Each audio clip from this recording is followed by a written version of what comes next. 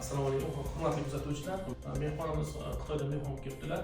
Sayohat chog'ida dadalarim biroz mazalari bo'lmoqda, o'shaning uchun bizga ko'rikka olib kelgan ekanlar. Shunga fikrlarini eshitasizlar. Google переводчикda o'qib qo'ysangiz to'g'ri tushunasiz. Hammaga o'sha aziz do'stlar, agar kimda ichak bo'yicha muammolar bo'ladigan bo'lsa, Davlatxonga murojaat qilishlari mumkin. Anchadan beri otamni Davlatxonni qo'lida davolatyapmiz. Natijalar ancha yaxshi. Agar kimda ichak bo'yicha qanaqa muammo bo'ladigan bo'lsa, muammo bo'lmasdan oldin ham kelib tekshirib ketishlari mumkin. Hech kim kasal bo'lmasin. Bo'lsa, nega chada endi Davlatbek sheshe. Bu переводчик qo'shib qo'ysangiz bo'ladi. Rahmat. Sog' bo'ling, salomat bo'ling. 我们这样我今年还给我认证了。 yaxshi. Hamma gaplari yaxshi. Faqat men xitoycha tushunmaganim yomon.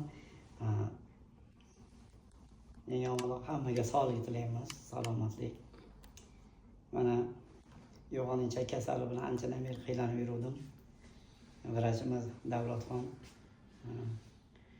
o'z fikrlari bilan shu vaqtgacha davoladi. Bugungi kunda o'zimni yaxshi his qilyapman. Davlatxonni ishlariga omad tilaymiz.